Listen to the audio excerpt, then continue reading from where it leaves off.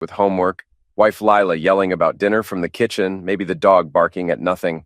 Instead, I found a goddamn tribunal waiting for me in my own living room. They were all there, sitting in a perfect semicircle like some twisted family therapy session. Lila perched on the edge of the couch, her yoga-toned arms crossed, blonde hair pulled back in that severe bun she wore when she meant business. My daughters Mia and Bella flanked her, 16 and 14 respectively, both avoiding eye contact with me. My mother Evelyn sat in my favorite recliner, my chair, her gray hair perfectly styled, lips pursed in that expression I'd known since childhood meant trouble. And there, leaning casually against the fireplace mantel like he owned the place, was my older brother Steve. The silence stretched for about 10 seconds before my youngest daughter Bella cleared her throat. "Dad, you need to sit down," she said, her voice shaky but determined. "We need to talk." I stayed standing, setting my toolbox down with a deliberate thud. After 12 hours of managing my construction crew, dealing with permit delays, and arguing with suppliers, the last thing I wanted was whatever this was shaping up to be. "Talk about what?" I asked, letting my eyes sweep across their faces. Steve was the only one who met my gaze, and something in his expression made my stomach tighten. Mia spoke up next, her voice steadier than her sister's. "Dad, you need to accept a new reality. You're not in charge of this family anymore." The words hit me like a physical blow. I felt my jaw clench, my hands curl into fists at my sides. "Excuse me?" "Jack, please sit down," Lila said, her voice dripping with that fake concern she'd perfected over the years. "We're all here because we care about you." "Care about me?" I laughed, but there was no humor in it. "This feels more like an ambush." Steve pushed off from the mantel, his expensive suit immaculate despite the late hour. My brother had always been the golden child, the one with the college degree, the financial advisor job, the perfect credit score, everything I wasn't, according to my family. "Jack, we've been talking," Steve said, his voice smooth and reasonable. "About the kids, about Lila, about what's best for everyone." "What's best for everyone?" I repeated slowly. "And what exactly would that be?" Mia looked at her mother, then back at me. "Uncle Steve is more like a father to us now, Dad. He's the one who helps with homework, who comes to our school events, who actually listens when we talk." The words were like a knife twisting in my chest. I thought about all the soccer games I'd missed because of work, all the parent-teacher conferences where I'd shown up covered in sawdust and paint, all the times I'd been too tired to help with algebra or history projects. "I work 60 hours a week to pay for this house, your clothes, your phones, your everything," I said, my voice rising despite my efforts to stay calm. "I'm sorry if that doesn't leave me time to be the perfect suburban dad." "It's not about being perfect," Lila interjected. "It's about being present. Steve has been more of a partner to me in the last 6 months than you've been in 6 years. Partner. The word hung in the air like smoke, and suddenly everything clicked into place. The way Steve had been coming around more often, always with some excuse about helping with the yard work or fixing something. The way Lila had started dressing up even for trips to the grocery store. The way my daughters had begun looking at me like I was a stranger in my own home. "A partner," I said quietly. "Is that what we're calling it?" My mother finally spoke up, her voice sharp with disapproval.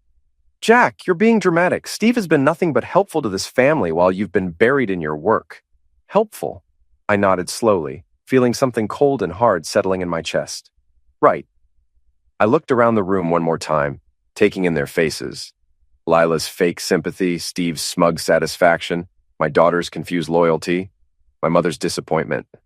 They'd already made their decision. This wasn't a conversation, it was a verdict. "You know what?" I said, picking up my toolbox. "I think I'll pass on this little family meeting." "Jack, don't walk away," Lila called after me. "We need to work this out like adults." I stopped at the front door and turned back. "Adults? You want to handle this like adults? Fine.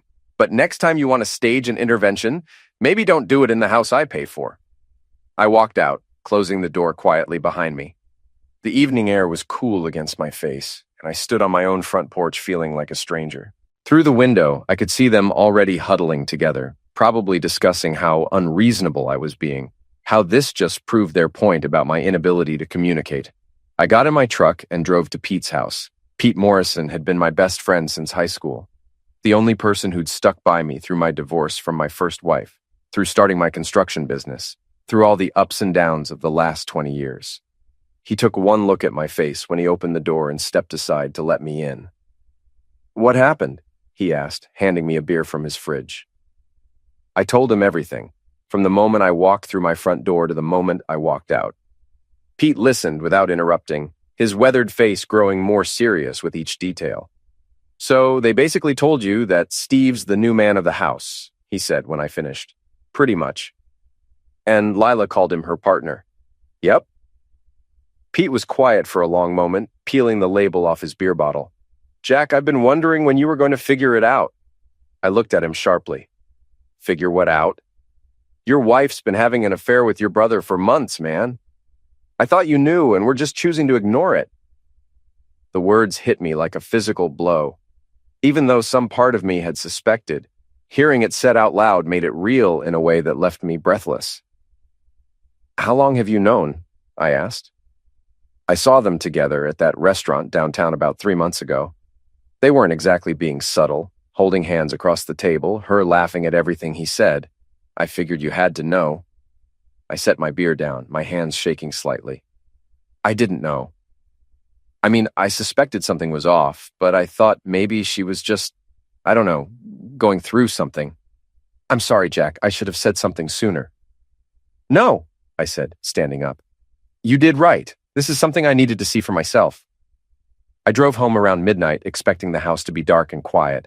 Instead, I found Steve's Mercedes still parked in my driveway and lights on in the living room. I sat in my truck for a few minutes, watching the shadows move behind the curtains, and felt something dark and cold settle in my chest. Tomorrow, I decided, things were going to change. The next morning, I woke up on Pete's couch with a crick in my neck and the taste of stale beer in my mouth. My phone showed 118 missed calls, most from Lila, some from my mother, a few from the girls. I deleted them all without listening to the voicemails. Pete was already up, making coffee in his kitchen when I stumbled in. You look like heck, he said, handing me a mug. Feel worse? I sat down at his kitchen table and rubbed my temples. I need to know exactly what's been going on in my house. What do you mean? I mean, I need evidence. If Lila's been cheating with Steve, there has to be proof somewhere. Pete sat down across from me, his expression serious. Jack, what are you planning to do? I don't know yet, but I'm not going to let them make me out to be the villain in this story. Not when they're the ones who've been lying and sneaking around behind my back. After coffee and a shower at Pete's place, I drove to my house. Steve's car was gone, and Lila's yoga studio didn't open until 10, which meant she'd probably still be home. I needed to get into the house and look around without her knowing. I used my key quietly, listening for sounds of movement. The house was silent, and I could see through the kitchen window that Lila's car wasn't in the garage. Perfect. I went straight to our bedroom and started with her nightstand. Nothing unusual, just the typical collection of hand lotion, reading glasses, and romance novels. But when I opened her laptop, I hit the jackpot. She'd left her email open, and right there at the top of her inbox was a message from Steve with the subject line, "Last night was incredible." My hands were shaking as I clicked on it. Lila, I can't stop thinking about you. The way you looked at me during dinner, the way you touched my hand when Jack wasn't looking. I know we agreed to take things slow, but I'm falling in love with you. We can't keep pretending this is just physical. Steve. I scrolled down through their email chain, my stomach churning with each message. They'd been carrying on for at least 4 months, maybe longer. The emails started innocent enough. Steve offering to help with household repairs, Lila thanking him for being so supportive during what she called a difficult time in my marriage. But they quickly escalated. By the second week, they were talking about meeting for coffee. By the third week, coffee had turned into lunch. By the fourth week, lunch had turned into afternoon visits to Steve's condo while I was at work and the girls were at school. The most recent emails were explicit enough to make me feel sick. Detailed descriptions of what they'd done in my bed, in my shower, on my couch, plans for future encounters, discussions about how to handle the Jack situation. In one particularly damning message from 2 weeks ago, Lila had written, "I think it's time we told him. The girls already see you as more of a father figure than they see Jack. And honestly, Steve, you're everything he's not. Sophisticated, successful, emotionally available. Jack will never change. He'll always be that blue-collar guy who thinks working with his hands is enough to keep a family together." Steve's response had been even worse. "You're right, but we need to be strategic about this. Jack has a temper, and he's stronger than both of us. We need to make sure the girls and your mother-in-law are on our side first. Once we have them convinced that I'm the better choice for this family, Jack won't have any choice but to accept the situation." I printed out every email, my hands shaking with rage. Then I went through her phone, which she'd left charging on the kitchen counter. More of the same. Text messages, photos, even a few videos that made me want to put my fist through the wall. But it was the photos that really got to me. Pictures of Steve in my house, wearing my apron while cooking dinner for my family. Pictures of him helping Mia with homework at my kitchen table. Pictures of him and Lila together at the girls' school events where I'd been working late, trusting my brother to represent our family. There was even a selfie of Steve and Lila in my bed, both of them without clothes and grinning at the camera. The timestamp showed it had been taken last Tuesday afternoon, while I'd been dealing with a crisis at a job site. I forwarded everything to my own email, then deleted the sent messages from her phone. Let her wonder how I'd found out. By the time I heard her car in the driveway, I was sitting at the kitchen table with a cup of coffee and a stack of printed emails, waiting. She walked in through the garage door, yoga mat slung over her shoulder, looking relaxed and happy until she saw me.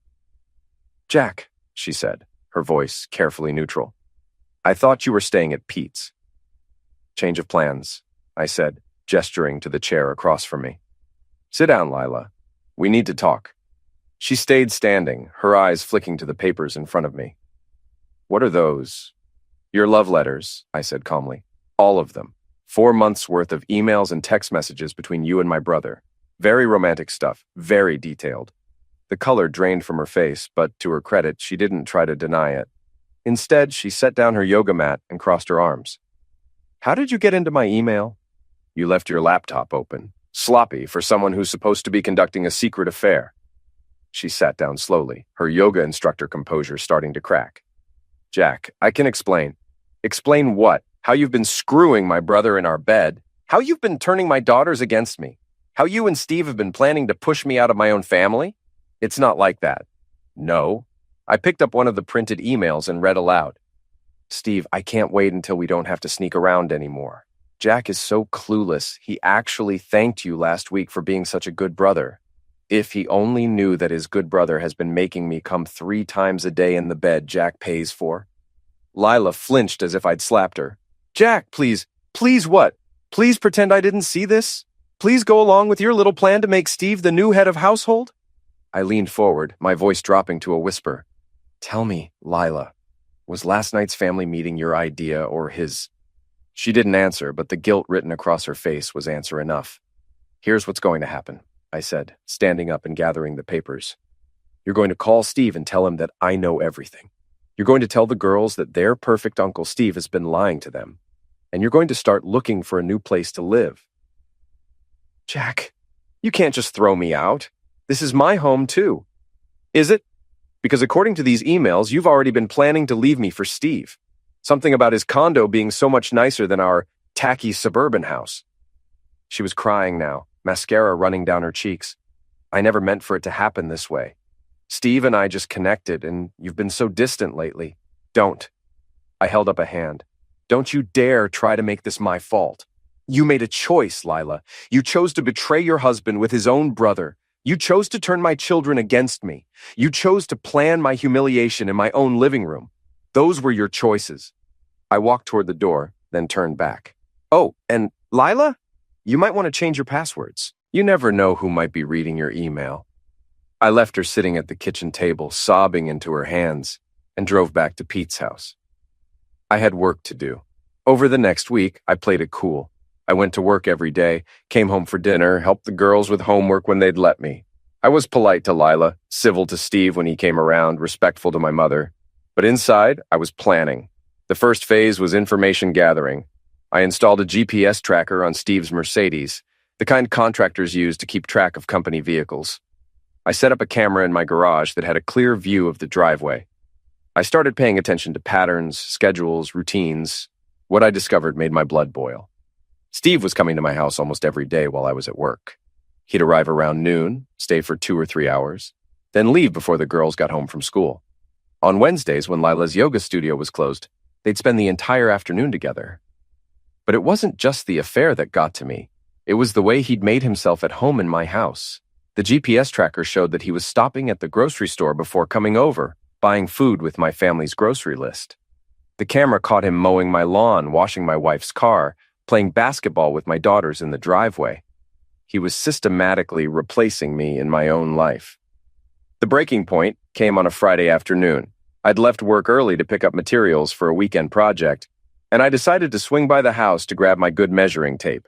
Steve's car was in the driveway, and through the living room window, I could see him and Lila on the couch. They weren't just being intimate. They were cuddling, talking, laughing together like a real couple. Like they belonged there, and I was the intruder. I sat in my truck for 10 minutes, watching them through the window, feeling something cold and hard crystallize in my chest. Then I drove to Lila's yoga studio.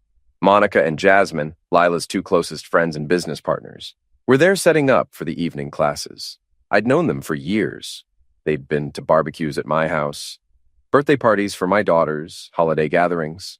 They'd always been friendly to me, treating me like part of their extended yoga family. "Jack," Monica said brightly when I walked in. "What brings you here? Lila's not here today." "I know where Lila is," I said quietly. "She's at home with my brother." The smile faded from Monica's face. Jasmine stopped arranging yoga blocks and turned to stare at me. "What do you mean?" Jasmine asked. I pulled out my phone and showed them one of the photos I'd found. Steve and Lila kissing in my kitchen, taken 3 days ago according to the timestamp. "I mean, my wife has been having an affair with my brother for 4 months, and apparently everyone knew about it except me." Monica's hand flew to her mouth. "Oh my God, Jack, we had no idea." "Didn't you? Because according to the emails I found, Lila's been telling Steve all about her conversations with you two, about how you've been encouraging her to follow her heart and not settle for a marriage that doesn't fulfill her." The two women exchanged glances, and I could see the guilt written across their faces.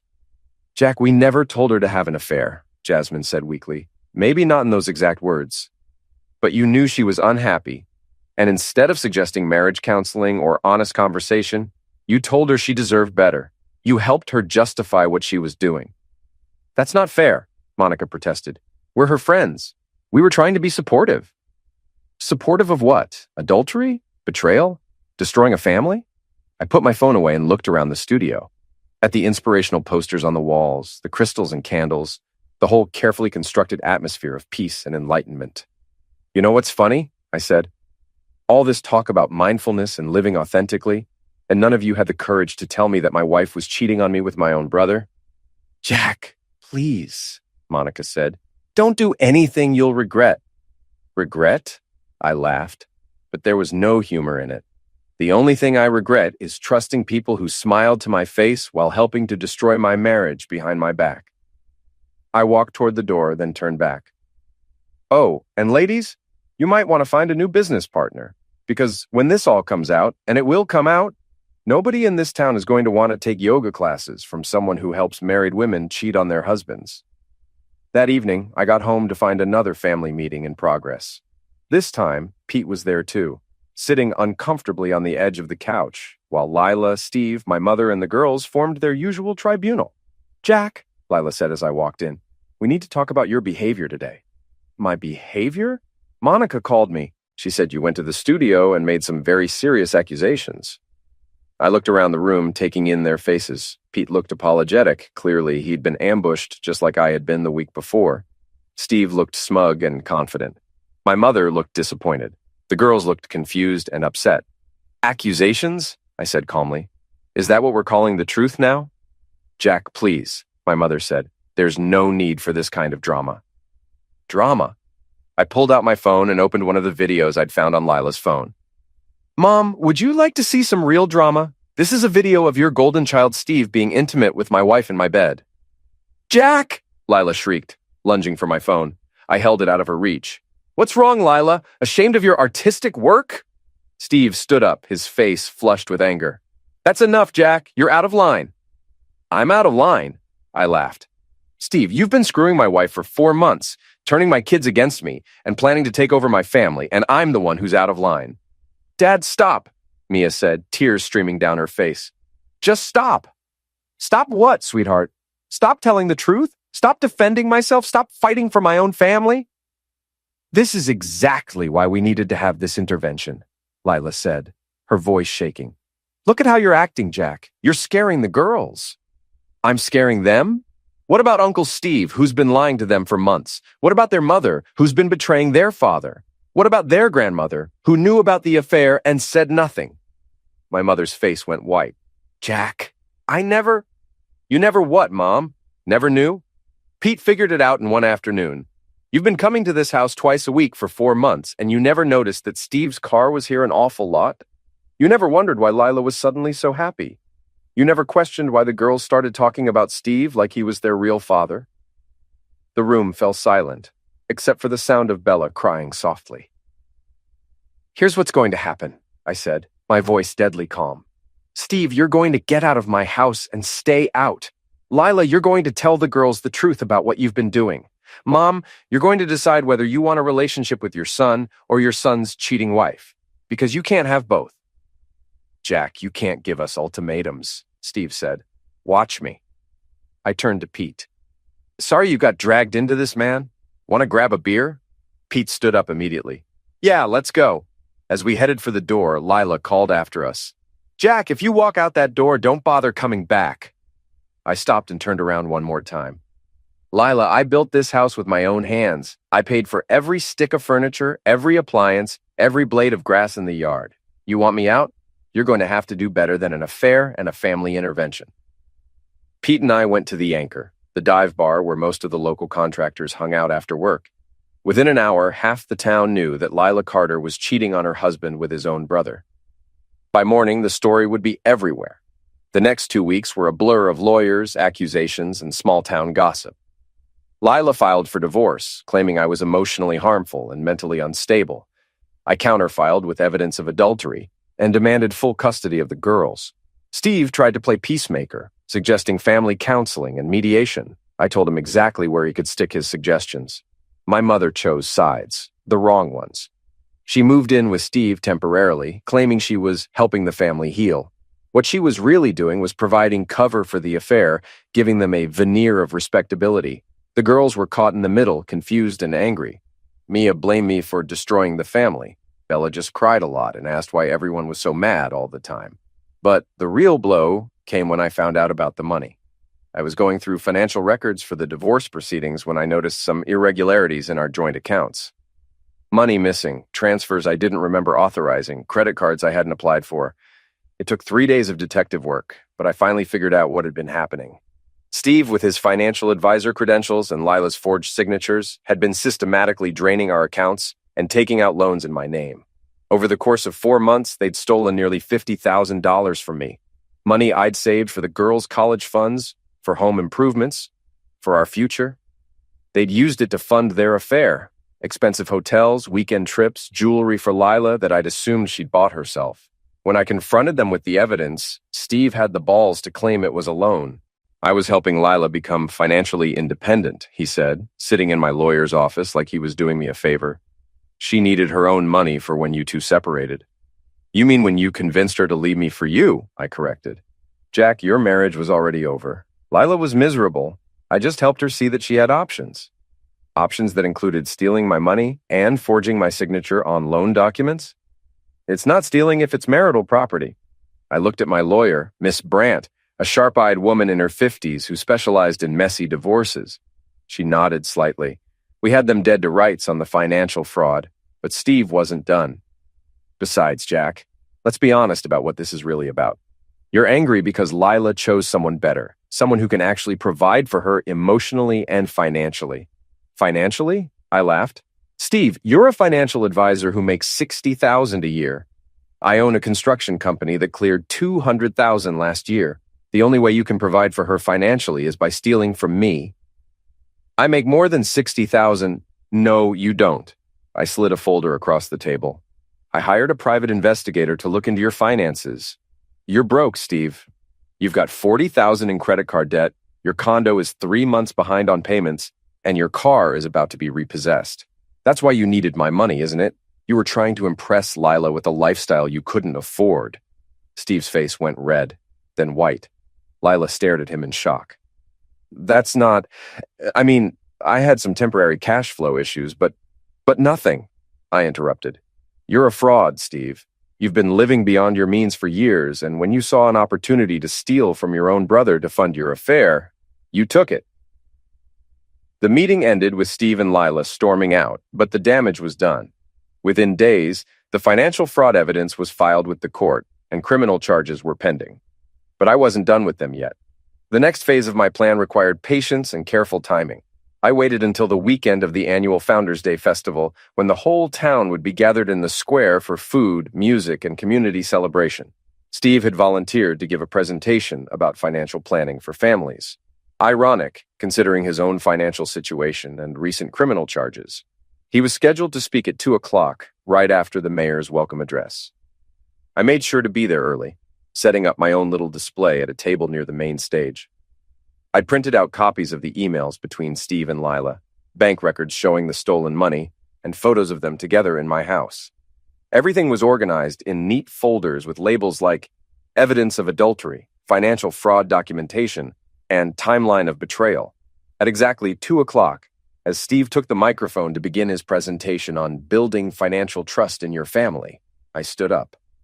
"Before Steve talks about financial trust," I called out loudly, "maybe he should explain why he's been stealing money from his own brother to fund an affair with his brother's wife."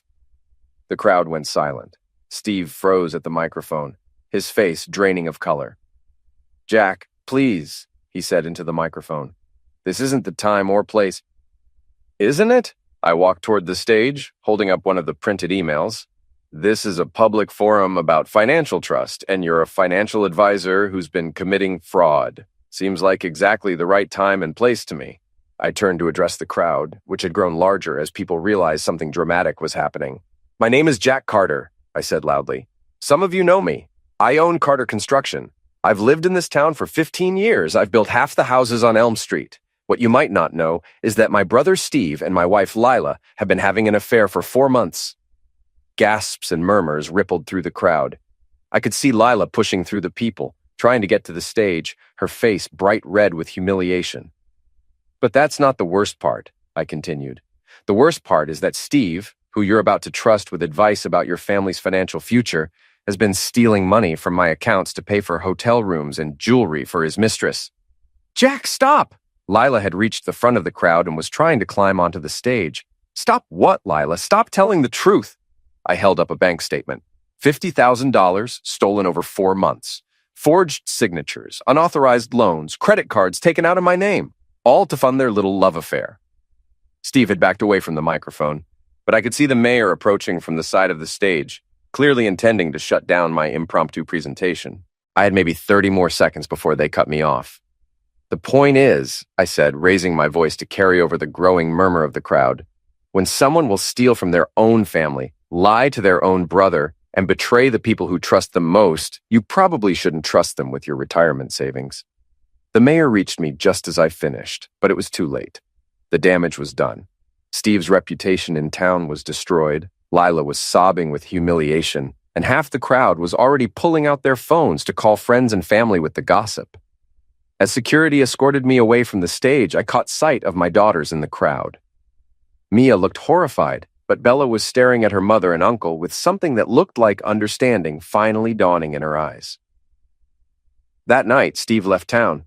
He packed up his condo and drove away without telling anyone where he was going. The criminal charges would follow him wherever he went, but at least he was out of my life. Lila lasted another week before she cracked under the pressure of being the town pariah. She moved back to her mother's house in Ohio, leaving the girls with me. My mother came by the house a few days later, looking older and more tired than I'd ever seen her. "I owe you an apology," she said, standing awkwardly in my living room. "Yes, you do." I thought maybe if Steve and Lila were happy together, and if the girls were happy, then maybe it would work out for everyone. I didn't realize about the money or how much they'd been manipulating the situation. "Mom, they lied to everyone, including you. Steve's been broke for years, and Lila's been planning to leave me since before the affair even started. They used you, just like they used me." She nodded, tears in her eyes. "Can you forgive me?" I looked at my mother, really looked at her, and saw a lonely old woman who'd been taken in by a smooth-talking son and a manipulative daughter-in-law. She'd made terrible choices, but she'd been a victim too, in her way. "Yeah, Mom, I can forgive you. but it's going to take time to trust you again. I understand. She left, and I was alone in my house with my two daughters, who were finally starting to understand what had really been happening in their family. It took months of family counseling, honest conversations, and patience. But eventually, we started to heal. Mia apologized for choosing sides without knowing all the facts. Bella stopped crying all the time and started talking to me again about school, friends, and her dreams for the future. The divorce was finalized 6 months later. I kept the house, got full custody of the girls, and Lila was ordered to pay restitution for the stolen money, though I doubted I'd ever see most of it. Steve never came back to town. I heard through mutual acquaintances that he'd declared bankruptcy and was working at a car dealership somewhere in Florida. The criminal charges had been dropped in exchange for full restitution, but his career as a financial advisor was over. Lila tried to maintain a relationship with the girls through phone calls and occasional visits, but it was strained. They'd lost respect for her, and trust, once broken, is hard to rebuild. As for me, I learned to be both mother and father to my daughters. I learned to help with homework and attend school events and listen when they needed to talk. I learned that being present was more important than being perfect, and that love without honesty is just manipulation. The family audit was complete. Some relationships had been lost forever, but the ones that remained were stronger and more authentic than they'd ever been before. And sometimes, that's the best you can hope for.